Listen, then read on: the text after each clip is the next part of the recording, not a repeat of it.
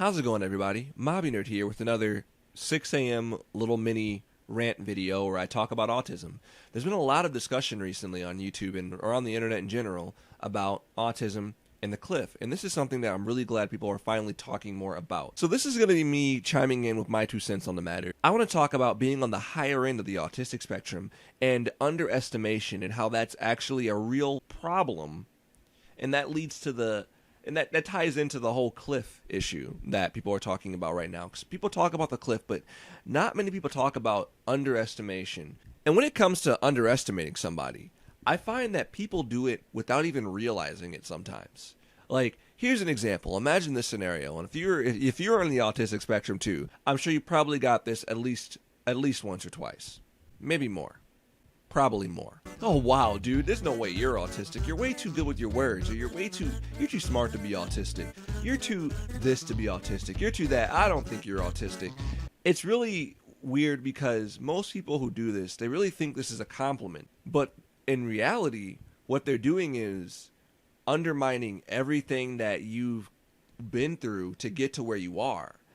It's like literally saying an autistic person could never feasibly learn to use their words a little better or be more social or do this. And let's not even get into the whole misunderstanding when it comes to like a social impairment and your intelligence. Those are two different things, you know.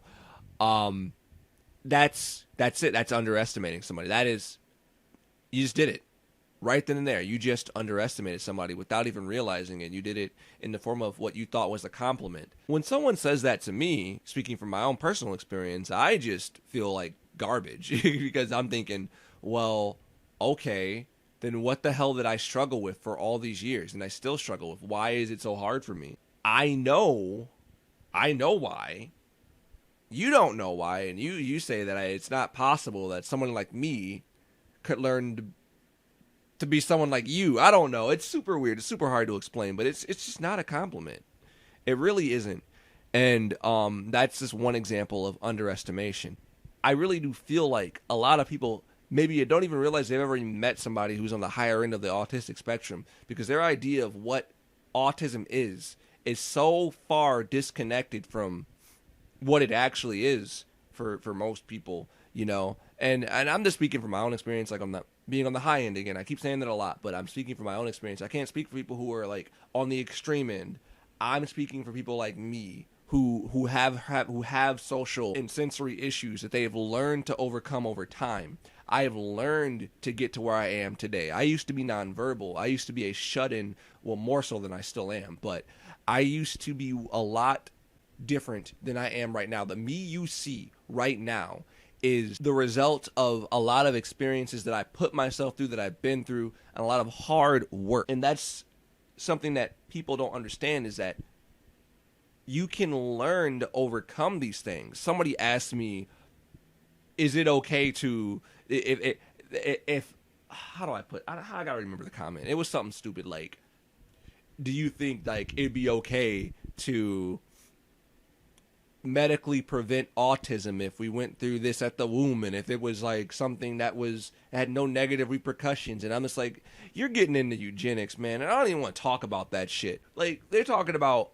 conversion therapy and stuff, and is that necessary? Is that really necessary? Let me tell you, I have them right here. A pair of headphones, some gloves. There are little things that you can do to get around big hurdles. Big hurdles. I don't like the sound of buzzing insects and bees and shit like that. I don't like being outside that much. When I go out, these are usually around my neck or somewhere near me. If I get stressed out, I can put them on. They're noise canceling. I can cancel out all the noise. Hear nothing but my music. And I don't even have to listen to music. Sometimes I put on the noise canceling headphones and just leave the noise canceling mode on and don't even play music. And it helps a lot. That's a world of difference. When I had a job at a country market as a dude that did unboxing, I still have the little box thing as a little memento from my brief time working there as a dairy clerk. What got me through being a dairy clerk, my first day, I'm gonna have myself. My first day as a dairy clerk was nightmare. It was a disaster. Reaching behind bins, moving and rotating things that are kind of wet and damp and soggy, and having to feel the textures of a box when I have to cut stuff open and lift and move things was horrendous. I probably looked like I was handling it okay, but in my mind, it was bad. I was thinking, I'm going to quit this job. You know what made that job a lot easier for me and manageable? My brother gave me a pair of gloves. And I noticed a lot of people who work there wear gloves. Honestly, I'm surprised they don't supply those for you when you get the job. That made a world of difference. There are ways around these hurdles, and over time, we learn our quirks. You have to stop asking yourself, how do I cure this? How do I eliminate this? And ask yourself, okay, how do I understand what my weaknesses are and how I work around them?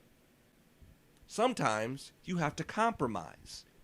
And that's what bothers me and heats me up, and why I felt so compelled to make this video, because a lot of people don't understand, they underestimate you, they don't believe in their mind that anybody on the autistic spectrum could possibly learn their hurdles, learn ways around them, cope with them, and, God forbid, function on a normal level. If even for a little while. We all have our batteries. People don't see me or how I am off camera. They only see me when I stream and when I make videos. Socially, we all have our batteries. Mine's just a little smaller, but I can do it. I've learned to do it. It takes time and patience. But when you say, oh, there's no way you could be autistic, you're too articulate with your words, and you're too charismatic, you're too smart. Every time I hear that, it makes me sad, mad, confused. And that's how simple it is, how easy it is to underestimate somebody and be a part of that problem. And that's all I want to say. Don't do that. Don't do that. This video is everywhere, and I don't want it to go on any longer than it already is. It's literally 6:22 in the morning. If you like this video, then like it, spread it around, send it to someone who needs to hear that. If you didn't like it, you can dislike it. That's okay. But I'm Mobby Nerd. Thanks for watching, and I'll see you in the next video. Bye.